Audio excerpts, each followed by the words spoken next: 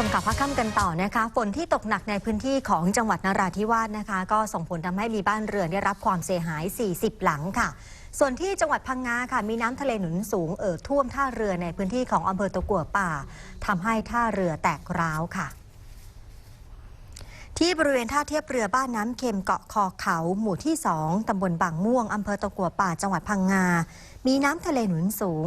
ส่งผลให้น้ำไหลเข้าท่วมทำให้ท่าเรือแตกร้าวและทรุดลงทะเลจนเรือโดยสารไม่สามารถเทียบท่าเพื่อรับผู้โดยสารได้ประกอบกับทะเลมีคลื่นแรงทำให้เรือโดยสารต้องหยุดให้บริการชั่วคราว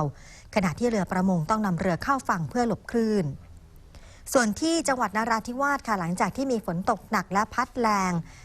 ลมพัดแรงนะคะนานกว่า1ชั่วโมงก็ส่งผลให้บ้านเรือนของประชาชนในพื้นที่หมู่ 3 ตำบลตันหยงมัดอำเภอระแงะได้รับความเสียหายจำนวน 40 หลังแล้วก็มีบ้าน1หลังที่เสียหายทั้งหลังด้วยนายวิชาญชัยเศรษฐสัมพันธ์ในอำเภอระแงะได้ลงพื้นที่สำรวจความเสียหายพร้อมส่งเจ้าหน้าที่อาสาสมัครรักษาดินแดนเข้าซ่อมแซมบ้านเรือนของประชาชน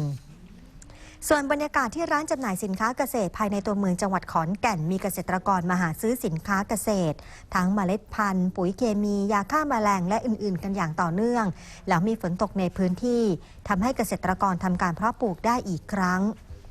ขณะที่จังหวัดแม่ฮ่องสอนค่ะยังคงมีภาวะแห้งแล้งน้ำในอ่างเก็บน้ำห้วยแม่ฮ่องสอนซึ่งเป็นอ่างเก็บน้ำในโครงการชลประทานอันเนื่องมาจากพระราชดำริตั้งอยู่ในพื้นที่ตำบลปางหมูยังไม่มีน้ำเพิ่มเนื่องจากฝนที่ตกลงมามีน้อยหากปริมาณฝนยังคงน้อยต่อไปอีกก็จะส่งผลให้ปริมาณน้ำในอ่างไม่เพียงพอต่อการแจกจ่ายให้กับเกษตรกร